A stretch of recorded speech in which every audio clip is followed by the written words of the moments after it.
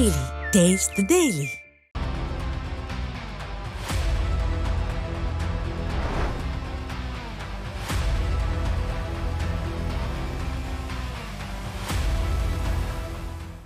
வணக்கம் நேர்களே, நியூஸ் ஜேவின் சொல்லியடி நிகழ்ச்சியில் உங்களை சந்திக்கிறதுல மகிழ்ச்சி. இப்போது தமிழ்நாட்டில் கேள்விக்குறியாகி இருக்கிற கருத்து சுதந்திரம் மற்றும் ஊடக சுதந்திரம் பற்றி பேசுகிறதுக்காகவும், தமிழ்நாட்டில் மக்கள் நல திட்டங்களுக்கு தலைவர்கள் பேர் வைக்கிறதுல ஏற்பட்டிருக்கிற சர்ச்சைகளை பற்றி பேசுகிறதுக்காகவும் நம்ம கூட பத்திரிகையாளர் புதுமடம் ஜாஃபர் அலி இணைஞ்சிருக்கிறாங்க. அவங்க கிட்ட பேசலாம். வணக்கம். இந்திய அரசியலமைப்பு இந்தியாவில் இருக்கிற ஒவ்வொரு குடிமகனுக்கும் கருத்துரிமை அப்படின்ற ஒரு உரிமையை கொடுத்துருக்கு. அரசியலமைப்பு சட்டத்தில் பிரிவு 19A இந்த ஒரு உரிமை நமக்கு எல்லா ஒரு இந்தியனுக்கும் கொடுக்கப்பட்டிருக்கு. ஆனால் தமிழ்நாட்டில் இந்த ஒரு கருத்து சுதந்திரம் அப்படின்றது இப்போ பறிக்கப்படுதா? இல்லை மேடம், அதிகமாகவே இருக்குது. திமுகவுக்கு இருக்குது, பொது நலனில் இருக்க மற்ற பத்திரிகையாளர்கள், திமுக சார்ந்த பத்திரிகையாளர்களுக்கு இருக்குது, எல்லாருக்கும். திமுக என்ன பண்ணலாம், போகிற வரவெல்லாம் வேணால் என்ன வேணால் சொல்லலாம், அவதூறு பரப்பலாம், கொச்சைப்படுத்தலாம். இது எல்லாமே இதுக்கு திமுகவுக்கு மட்டும்தான் இருக்குது. இந்த கருத்து சுதந்திரம். இந்த கருத்து சுதந்திரம் நீங்கள் வந்து இப்போ வெளியில் சொல்லும்போது, இப்போ வேறு பத்திரிக்கையாளரோ மற்ற பேரை விமர்சிக்கும் போது சமூகத்தில் பதட்டத்தை உண்டு பண்ணிட்டார், அவதூறு வந்து பரப்பிட்டார், இதனால் வந்து பூகம்பம் வந்துருச்சு, வெள்ளம் வந்துருச்சுன்னு சொல்லி அவங்க மேலே இது வழக்கு போடுறாங்க. ஆனால் கருத்து சுதந்திரங்கிறது என்பது என்னுடைய கருத்தால் பொது அமைதிக்கு வன்முறை தூண்டுதலாக இருக்கக்கூடாது. இது அந்த கருத்து சுதந்திரத்துக்கு இல்லை. நான் என்னுடைய கருத்து ஒன்று சொல்கிறேன், அதில் வந்து அதை தொட்டு பொதுமக்கள் மத்தியில் ஒரு விவாதங்கள், ஒரு வன்முறைகள் வெடிக்கக்கூடாது. இதான் வந்து கருத்து சுதந்திரம் இல்லை. ஆனால் இப்போ வந்து அரெஸ்ட் பண்ணியிருக்காங்க, ஒரு 5-6 பேர் அரெஸ்ட் பண்ணியிருக்காங்க. அவங்களால இந்த நிகழ்வுகள் வந்து எதுவுமே இல்லை, ஆனால் அவங்க அரெஸ்ட் பண்ணியிருக்காங்க. இதே சைடு திமுக சைடு இதே மாதிரி எல்லாரையும் விமர்சனம் பண்ணுறாங்க. சில பத்திரிக்கையாளரை வந்து டார்கெட் பண்ணி பண்ணுறாங்க, சில செய்தி நிறுவனத்தை வந்து டார்கெட் பண்ணுறாங்க, எல்லாமே செய்கிறாங்க. ஆனால் அவர்கள் மீது எந்த நடவடிக்கையும் இல்லை. எதுக்காக இந்த பாரபட்சம்? பாரபட்சம் வந்து இந்த மீடியா கிட்டத்தட்ட அவங்களுடைய இதில் கண்ட்ரோல் இருக்குது.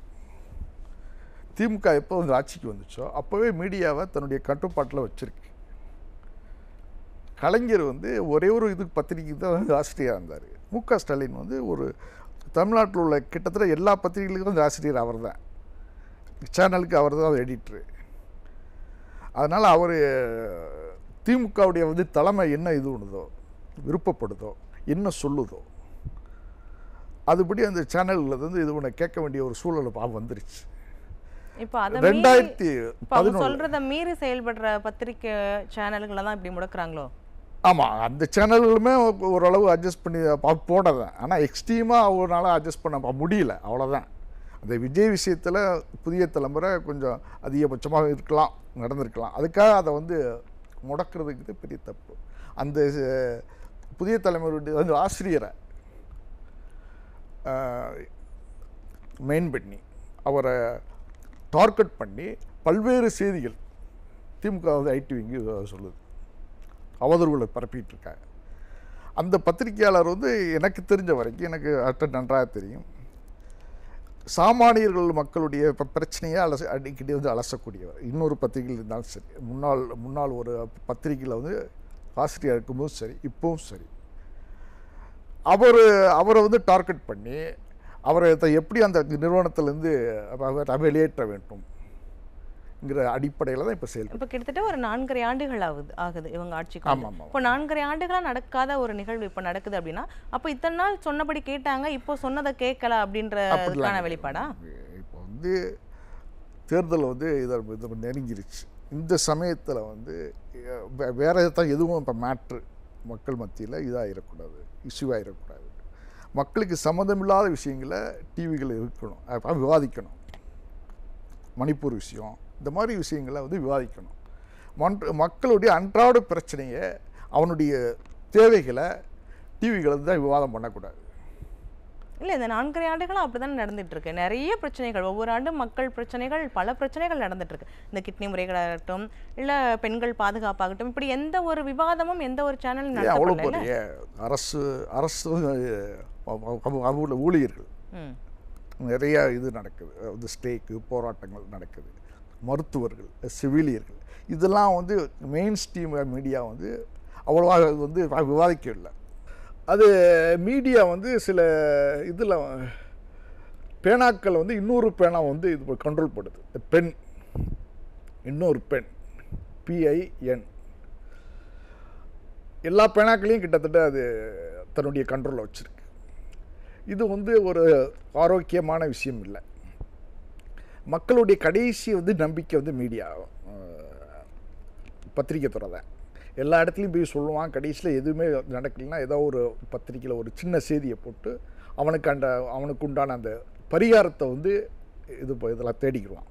எல்லா பத்திரிக்கையாளரும் சில பத்திரிக்கையாளரை வந்து கமிட்டியில் இது மெம்பராக போட்டு அவன் எங்கேயும் வெளியில் போய் வந்து இதை பற்றி சொல்லக்கூடாது, அரசை பற்றி சொல்லக்கூடாதுன்னு ஒரு கமிட்மெண்ட்டுக்குள்ள கொண்டு வந்திருக்காங்க. ஸோ இதையும் மீறி சில தனியார் ஊடகங்கள் பேசுகிறாங்க. இப்போ யூடியூப்லாம் எடுத்துக்கிட்டோம் அப்படின்னா, அவங்க திமுகவுக்கு எதிராக பேசுகிறவங்கள முடக்கிற செயல் அப்படின்றத குற்றச்சாட்டுலாம் எழுந்திருக்கு. ஸோ அதையும் பண்ணுறாங்களா? அதையும் கண்டிப்பாக பண்ணிக்கிட்டு. இப்போ வந்து புதிய தலைமுறை வந்து போன வெள்ளிக்கிழமை 80% வந்து தெரியல, 20% வந்து தெரியுது.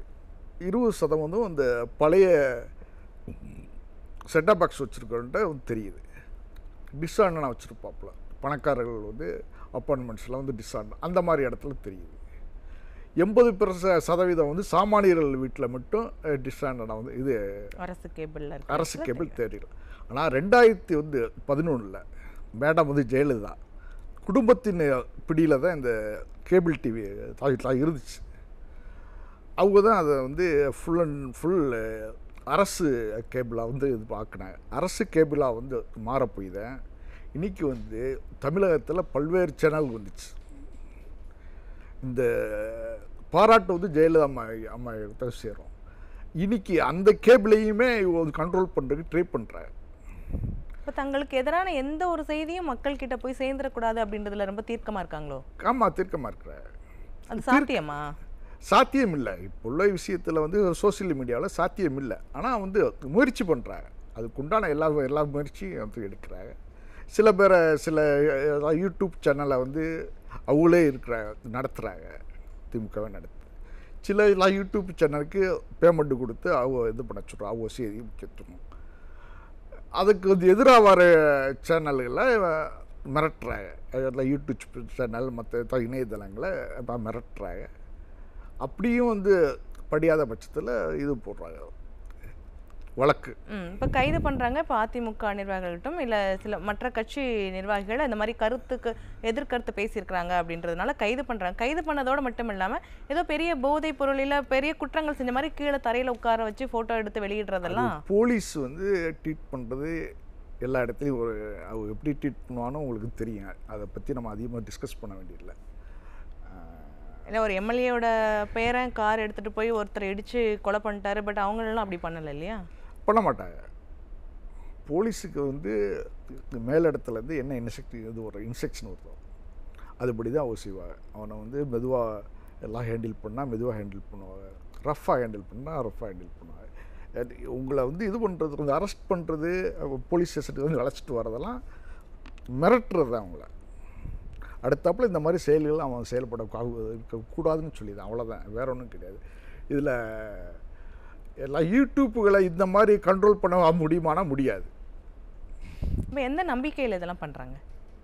மேக்ஸிமம் கண்ட்ரோல் பண்ணலான்னு ஒரு நம்பிக்கையில் பண்ணுறாங்க. இப்போ இதெல்லாம் மக்கள்கிட்ட எடுபடுமா? இந்த கைது நடவடிக்கை முடக்கிறதெல்லாம் மக்கள் இதெல்லாம் தெரிஞ்சுக்க மாட்டாங்க? எடுபடல. இப்போ வந்து நீங்கள் விவாதங்கள், டிவி விவாதங்கள், ஆலோசனை, இது எல்லாத்துக்கும் அப்பாற்பட்டு மக்கள் வேற ஒரு சிந்தனையில் இருக்கிறாங்க. அரசுக்கு வந்து எகெயின்ஸ்டான அந்த இதான மூடில் தான் அந்த அரசு இது இருக்கா, மக்கள் இருக்கா.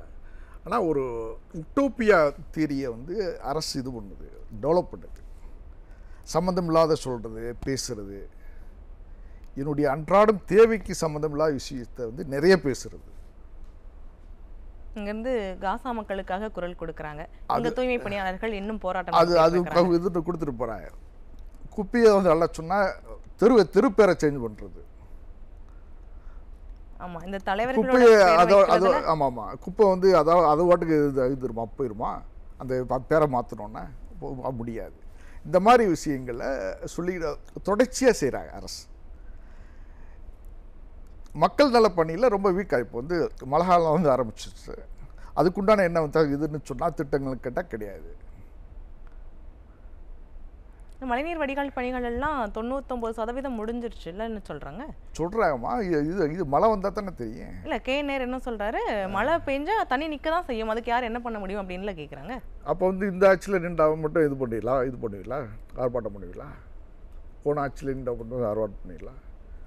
அது வந்து கொஸ்டின் கிடையாதுமா. ஆட்சியாளர் அப்படிலாம் சொல்லக்கூடாது. மழை பெஞ்சால் தண்ணி எடுத்து நிற்கத்தே செய்யணும்னு எப்படி சொல்லலாம் அவர்? இப்போ இதில் நம்ம இன்னொன்று பார்க்க வேண்டியது இருக்குது. வெடிகுண்டு மிரட்டல் அப்படின்றது இப்போது சமீப காலமாக நிறைய பார்க்க முடியுது. முந்தையெல்லாம் அரசியல்வாதி வீடுகளுக்கு இல்லை நடிகர் வீடுகளுக்கு அப்படி தான் வெடிகுண்டு மிரட்டல் எடுக்க முடியும். ஆனால் இப்போது சின்ன சின்ன யூடியூப் சேனல் நடத்துகிறவங்களுக்கு கூட வெடிகுண்டு மிரட்டல் அப்படின்றது இதை எப்படி பார்க்குறது? இதுதான் த்ரெட்டன் தான் இது. அதுலேயும் பெரும்பாலும் திமுகவுக்கு எதிராக பேசுகிறவங்களா தான் இருக்கிறாங்க வெடிகுண்டு மிரட்டல் வர்றவங்க அப்படின்றது. ஸோ இந்த கோணத்துலையும் பார்க்கணுமா? முடக்கிறதுக்கு உண்டான இப்போ வேலை தான். ஒருத்தருடைய செயல்பாடை வந்து இது பண்ண முடக்கணும். அதுக்கு அவனை வந்து இப்போ மிரட்டினா முடக்குமானா முயற்சி பண்ணுறான், அவ்வளோதான். ஆனால் அது பட முடியாது. இப்போ இன்னொரு பக்கம் நம்ம பார்க்க வேண்டியது தலைவர்களோட பெயரை வைக்கிறது. ஸோ மக்கள் நல திட்டங்களுக்கு தலைவர்கள் பெயர் வைக்கிறாங்க அப்படின்னு இப்போ சாதிய பெயர்கள் இருக்கக்கூடாது அப்படின்ற அரசாணை ஒரு பக்கம் இருந்தது. ஆனால் இப்போ முந்தானேத்து திரு ஸ்டாலின் திறந்து வச்ச பாலத்துக்கு ஜிடி நாயுடு அப்படின்ற ஒரு பெயர் வச்சது மிகப்பெரிய ஒரு சர்ச்சையை ஏற்படுத்தியிருக்கு. ஆட்சியில் வந்து முரண்பாடுகள் ரொம்ப அதிகமாக இருக்கு. இப்போ பேரை வந்து எடுக்கவும் வேண்டியதில்லை, திரும்ப பேரை வந்து வைக்க வேண்டியதில்லை. யூஸ்வலாக வந்து என்ன பேர் இருக்கோ அது வந்து அது ஒன்றும் பெரிய இஷ்யூ இல்லையா? எதிர்கட்சி தலைவர் பிரச்சாரத்தில் பேசுகிறப்போ சொல்கிறாங்க, இந்த ஸ்டாலின் ஆட்சியில் 2 தான் பண்ணுறாங்க. ஒன்று பேரை வைக்கிறாங்க, இல்லைன்னா பேரை எடுக்கிறாங்க. இந்த பேரை வைக்கிறது பேரை எடுக்கிறது இது என்ன அரசியல்? பிராண்டிங்மா. இப்போ ரின் சோப்பு இருக்குன்னு வைங்களேன், திடீர்னு என்ன பண்ணுவோம், அது மின்னல் அடிக்கும் சோப்பு அப்படின்னுமா, அதே சோப்பு தான். அட்டைப்படியில் மட்டும் சேஞ்ச் பண்ணிடுறேன், அந்த இது அந்த இதை மட்டும் கவரை மட்டும் சேஞ்ச் பண்ணுறேன். அந்த மாதிரி ஒரு பிஸ்னஸுக்கு உண்டான ஒரு கம்பெனி பண்ணுற அட்வர்டைஸ்மெண்ட் மெத்தடை ஒரு இது பண்ணிகிட்ருக்கு, அரசு பண்ணிகிட்டு. நீங்கள் ஆட்சி வந்து அமைச்சிலேருந்து பார்த்தீங்கன்னா நிறைய இது வச்சுருப்பா பேர், விடியலே விடியாது, இந்த மாதிரி பேர்கள் வந்து வச்சுக்கிட்டே போகிறாங்க. ஆனால் அந்த திட்டங்கள் என்னன்னா எல்லா திட்டங்களும் வந்து எல்லாம் இருக்குது. ஆல்ரெடி உள்ள திட்டத்துக்கு பேர் மட்டும் வைக்கிறேன், அவ்வளோதான். எதிர்கட்சியில் இன்னொரு குற்றச்சாட்டையும் என்ன வைக்கிறாங்க அப்படின்னா, எல்லா திட்டங்களுக்கும் திரு கலைஞர் பெயரை வைக்கிறதுக்கு இவங்க முயற்சி பண்ணுறாங்க அப்படின்ற ஒரு குற்றச்சாட்டையும் வைக்கிறாங்க. அதில் பாசிட்டிவும் இருக்குது, நெகட்டிவ் இருக்குது. அது வந்து அந்த திட்டங்கள் மேலே உள்ள விவாதத்தை விவாதிக்க வேண்டியது. இப்படி கண்டினியூவாக ஒரே பேரை வைக்கும்போது குழப்பம் வரும், என்ன திட்டம்னே தெரியாமல் போயிடும். எல்லாத்துக்குமே அவர் பேரை வச்ச கலைஞர் பேரை வச்சுன்னா என்ன ஆகும்? எல்லா மாவட்டத்துடைய பேரை அப்போ கலைஞர் பேரை வைக்கிறது சரியாயிடுமா? தமிழ்நாட்டில் தமிழ்நாடே நீங்கள் இதுன்னு வச்சுட்டா முடிஞ்சு போச்சா, கலைஞர்னு வச்சுட்டா முடிஞ்சு போச்சா?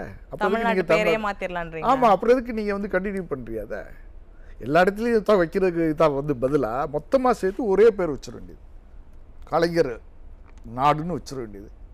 இருக்கிறான் இல்லைன்னா போயிட்டு போகிறான்னு விட்டுற வேண்டியது. ஸோ இந்த மாதிரி பெயர்களை மாற்றி வைக்கிறது அப்படின்றது மக்கள் கிட்ட எந்த மாதிரியான ஒரு வெளிப்படும்? நிர்வாக ரீதியில் பெரிய சிக்கல். இப்போ நான் ஒருத்தர் வந்து அட்ரஸ் கொடுத்துருப்பேன், சுப்பிரமணிய தெருன்னு. அடுத்த மாதம் அவன் வந்து சுப்பிரமணிய தெருக்கு ஒரு இது எழுதுவான், லெட்டர் எழுதுவான். அடுத்த மாதம் வந்தால் அது இன்னொரு இது பேராக இருக்கும். நடைமுறை சாத்தியம் இல்லை. ப்ராக்கெட்டில் வந்து கீழே வந்து இது சுப்பிரமணியன்னு நான் இது போடணும், சுப்பிரமணிய தெருன்னு போடணும். நடைமுறை சாத்தியம் இல்லை. எதுக்கு இப்போ வந்து பேரை இது பண்ணி சேஞ்ச் பண்ணணும்? அது சொல்லுங்க. அரசு நிர்பந்தம் என்ன இப்போ சொல்லுங்க? இப்போ இது ஒரு செய்தியாக வெளியே வர்றப்போ மற்ற செய்திகள்லாம் கொஞ்சம் அடங்கும் அப்படின்றதுனால இதை ஒரு செய்தியாக மாற்றுறாங்களோ? அது கூட இருக்கலாம், ஒரு திசை திருப்புற வேலையாக கூட இருக்கலாம். ஆனால் வந்து நேமை சேஞ்ச் பண்ணுறது எனக்கு தெரிஞ்ச அது வந்து ஒரு பெரிய ஆணி, வந்து தேவையில்லாத ஆணி தான் அது எனக்கு தோன்றுது. இப்போ இன்னொன்று எதிர்க்கட்சி தலைவர் பிரச்சாரத்தில் குற்றம் சாட்டுறாரு என்னன்னா, இப்போ ரீசெண்டாக திறந்து வச்ச அந்த பாலம் கூட அதிமுக ஆட்சியில் தொடங்கப்பட்டது. நிதியும் 1600 கோடி ரூபாய் நிதியும் அவங்க ஆட்சியில் தான் ஒதுக்கப்பட்டது. ஆனால் திமுக ஆட்சிக்கு வந்ததுலேருந்து அதிமுகவோட திட்டங்களுக்கு பெயர் வச்சு ஸ்டிக்கர் ஒட்டுற வேலையை தான் பார்க்குறாங்க அப்படின்ற ஒரு குற்றச்சாட்டை வச்சிருக்கிறாங்க. இந்த குற்றச்சாட்டு நியாயமானதானா? அது நியாயமானது தான். பட் வந்து ஸ்டிக்கர் ஓட்டுறோட எல்லா மீடியாவிலையும் எல்லா பத்திரிகைலையும் பெருசாக அவருடைய இது வருது, ஃபோட்டோ வருது. அந்த திட்டங்களை நிறைவேற்றும் போது ஃபோட்டோ வருது, அதெல்லாம் சரிதான். பட்டு அதிமுக பீரியடில் வந்த திட்டங்கள் இருக்குல்ல, அதுக்குண்டான ஒரு சின்ன ரெஸ்பான்சிபிலிட்டி அவர் கொடுக்கணும். ஆனால் அட்வர்டைஸ்மெண்ட் வந்து ரொம்ப அதிகமாக இருக்குது இந்த ஆட்சியில். விளம்பரங்கள் அதிகமாக, மக்களுக்கு பலன் கொடுக்கறத விட விளம்பரங்கள் அதிகமாக இருக்கு அப்படின்றீங்க. அந்த வெயிட் வந்து அதிகமாகுது. இந்த விளம்பரங்கள், இந்த மாதிரி திட்டங்களோட பெயர்கள் இதெல்லாம் மக்கள்கிட்ட எப்படி பிரதிபலிக்குது அப்படின்றத பார்க்கலாம். அரங்கத்துக்கு வந்து கருத்துக்களை பயன்படுத்த. நேயர்களே, மீண்டும் ஒரு நிகழ்ச்சியில் சந்திக்கலாம். நன்றி, வணக்கம்.